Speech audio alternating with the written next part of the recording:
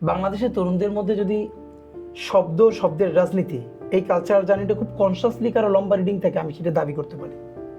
হ্যাঁ, এটা আমি জানি।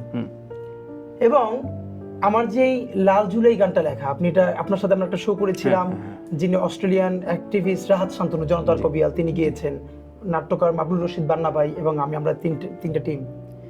দেখেন, এই গানটা কিন্তু জুলাইয়ের মাঝখানে লেখা, এবং মজার ব্যাপার হলো এই গানটা যখন অস্ট্রেলিয়ায় রেকর্ড হলো, যেদিন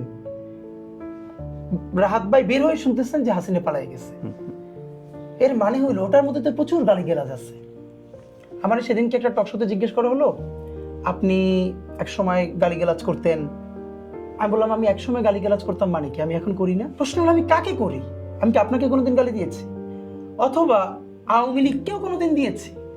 আমি এক্স্যাক্টলি একজন সেই এটা কেমন গণহত্যাকারী, যে রিয়া গোপের কলিজাটা ছিঁড়ে, বুলেট থেকে, হেলিকপ্টার থেকে রিয়া গোপের কলিজা ছিঁড়ে পিছনের ওয়ালের 4 ইঞ্চি ছিদ্র হয়ে গেছে, সেই ছিদ্রটা এখনো বাসায় আছে।